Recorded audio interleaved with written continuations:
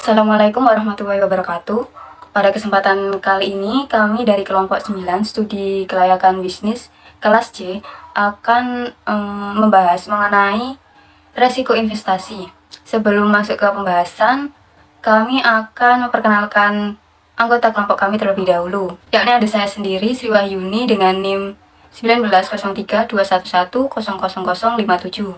Kemudian ada Riana Zulfa Usman dengan NIM 190321100048.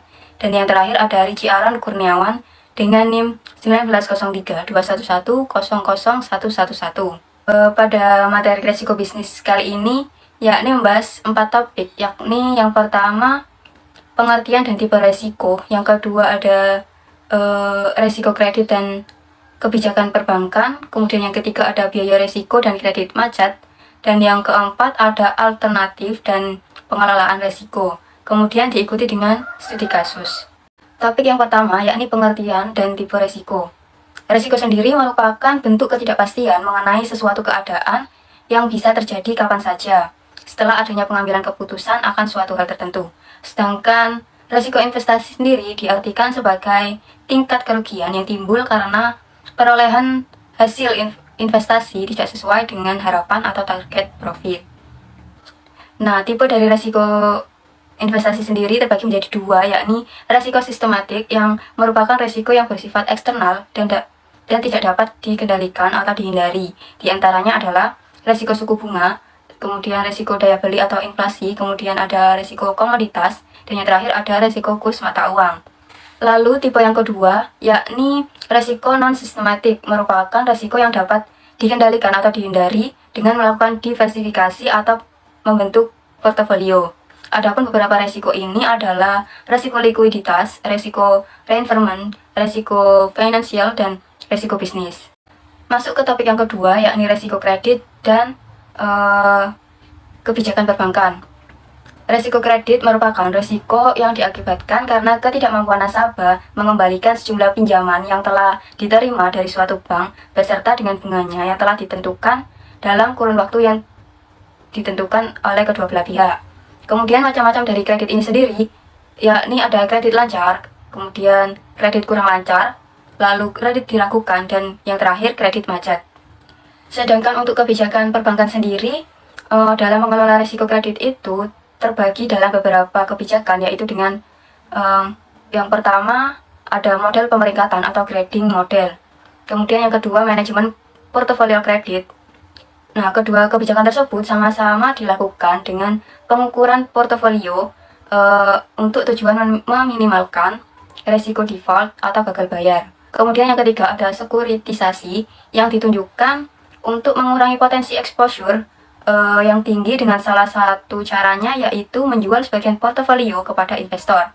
Kemudian yang keempat ada peran agunan atau jaminan yang diperjanjikan untuk mendapatkan kredit serta dapat diambil alih ketika terjadi default. Kemudian yang kelima ada pengawasan arus kas sehingga pihak bank maupun debitur bisa dengan tanggap memberikan tindakan segera terhadap situasi kredit yang memburuk. Dan yang terakhir ada manajemen pemulihan yang dilakukan oleh unit kerja khusus oleh sebagian bank untuk menangani pemulihan kredit macet. Untuk poin selanjutnya terdapat biaya risiko dan kredit macet. Pada biaya risiko memiliki arti yaitu biaya yang ditanggung oleh pihak manajemen perusahaan terhadap risiko yang ditimbulkan dalam setiap keputusan yang diambil. Dalam biaya risiko sendiri terdapat dua cara untuk memperhitungkan atau menentukan jumlah risk cost yang harus ditanggung oleh suatu perusahaan, yakni biaya risiko dihitung dengan cara mengkaji dan menaksir beberapa angka kredit macet yang secara fakta terjadi, yaitu dengan mengumpulkan seluruh debitur yang mengalami tunggakan kredit selama ini. Kedua, biaya risiko dihitung dengan cara melihat beberapa total angka pinjaman yang dihapuskan terhadap rata-rata angka residu pinjamannya, di mana ini dilihat dalam satu periode akuntansi. Sedangkan pengertian kredit macet yakni seorang nasabah yang melakukan sistem kredit secara sederhana dengan berutang kepada pihak lain yang kemudian tidak mampu melanjutkan pembayaran atau mencicil pinjaman tersebut. Adapun dampak dari kredit macet sendiri diantaranya yaitu dinilai berisiko tinggi dan sulit mendapatkan pinjaman. Kemudian akan diberikan bunga yang lebih tinggi. Sebaliknya, jika calon debitur yang riwayatnya kredit lancar, maka akan lebih mudah mendapat pinjaman dengan bunga yang lebih rendah. Dan yang terakhir, apabila calon debitur pernah mengalami masalah dengan pembayaran kredit rumah, maka debitur tidak akan lolos by checking apabila ingin mengajukan kredit lainnya. Untuk mengatasi adanya dampak dari kredit macet, terdapat 3 cara. Yang pertama, penjadwalan kembali. Cara ini dilakukan dengan menyesuaikan tenor pinjaman agar bisa kembali mencicil pembayaran kredit.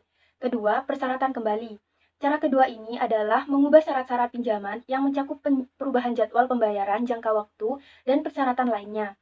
Ketiga, penataan kembali, di mana penataan kembali merupakan upaya pihak bank yang merubah kondisi kredit untuk meringankan tanggung jawab debitur yang terlibat dari kredit macet. Untuk poin selanjutnya terdapat alternatif dan pengelolaan risiko.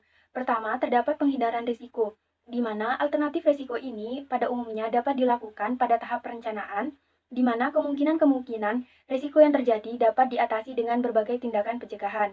Kedua, menahan atau menanggung risiko, di mana perusahaan menanggung sendiri risiko yang terjadi. Namun demikian, perusahaan tetap berupaya agar risiko tidak terrealisasi atau terjadi dan juga mencegahkan sejumlah anggaran dengan pola tertentu sebagai antisipasi bila kondisi terburuk terjadi. Ketiga, penahan yang tidak direncanakan dan direncanakan. Penahan yang direncanakan merupakan upaya untuk mengetahui resiko yang mungkin timbul atau mengidentifikasi resiko yang ada, kemudian menyusun berbagai tindakan yang akan diambil. Keempat, pendanaan resiko yang ditahan. Resiko yang ditahan bisa didanai dan bisa juga tidak didanai. Kelima, pengalihan resiko, yaitu memindahkan resiko ke pihak lain. Artinya, pihak lain tersebut biasanya mempunyai kemampuan yang lebih baik untuk mengendalikan resiko, baik karena skala ekonomi yang lebih baik, sehingga bisa mendiversifikasikan resiko yang lebih baik. Baik, terima kasih. Saya akan melanjutkan tentang studi kasus dari dampak COVID-19 terhadap perubahan harga saham dan volume transaksi. Dan kami mengambilnya dari studi kasus pada PT Ramayana Lestari Sentosa Tbk. Nah, pada wabah COVID-19 ini membawa dampak terhadap perekonomian di Indonesia. Salah satunya yaitu akibatkan suatu perusahaan pada PT Ramayana melakukan pemutusan hubungan kerja atau PHK. Putusan ini diambil lantaran omset dari penjualan yang menurun hingga 80%, dan akibatnya perusahaan ini tak mampu lagi menanggung semua biaya operasional. Selain dilihat dari omset yang diterima, juga bisa dilihat dari harga saham perusahaan tersebut. Harga saham menunjukkan seberapa besar penawaran dan permintaan yang terjadi pada saham tersebut. Dan juga kondisi perusahaan bisa dilihat dari banyaknya transaksi saham yang dijual belikan pada perusahaan tersebut. Untuk metode penelitian dari studi kasus ini yaitu menggunakan Pirate Sample T-Test dan juga menggunakan SPSS versi 20 dan teknis pengambilan data menggunakan data sekunder yakni untuk hasil harga saham sebelum dan setelah pandemi diketahui mengalami penurunan, yaitu dengan perbandingan nilai rata-rata lebih Rp1.000 dan Rp600. Begitupun dengan hasil uji Pirate T-Test. Pencegahan penyebaran virus oleh pemerintah mengakibatkan penjualan dan omset yang dihasilkan dari PT Ramayana tersebut menurun. Pada saat bersamaan, para investor merasa akan rugi karena berpeluang tidak mendapatkan dividen dan dapat mengalami capital loss. Perbedaan transaksi sebelum dan setelah pandemi ternyata berkebalikan dengan harga saham. Diketahui bahwa volume transaksi mengalami peningkatan yang signifikan. Namun demikian, peningkatan ini tidak dibarengi dengan peningkatan harga saham karena sebagian besar investor telah menjual sebagian sahamnya. Nah, kesimpulannya dari studi kasus ini adalah yang pertama, harga saham PT Ramayana Lestari Sentosa Tbk sebelum dan sesudah diumumkannya kasus pertama COVID-19 di Indonesia memperlihatkan perbedaan yang signifikan. Hal ini ditunjukkan dengan nilai signifikasi 0,00 kurang dari 0,05. Demikian juga untuk volume transaksi saham PT Ramayana Lestari Sentosa Tbk terhadap perbedaan yang signifikan dari sebelum diumumkannya kasus pertama COVID-19 di Indonesia dengan sesudah pengumuman. Hal ini ditunjukkan dengan nilai signifikasi 0,01 kurang dari 0,05.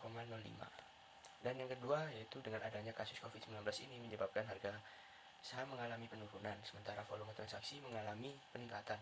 Oleh karena itu, bagi perusahaan sebaiknya merubah strategi penjualan dengan lebih gencar melakukan penjualan secara online agar yang didapatkan bisa meningkat. peningkatan pendapatan akan dapat menarik minat investor untuk membeli saham perusahaan tersebut, sehingga harga saham bisa naik kembali. Baik, terima kasih. Itu tadi adalah sedikit penjelasan dari kelompok kami.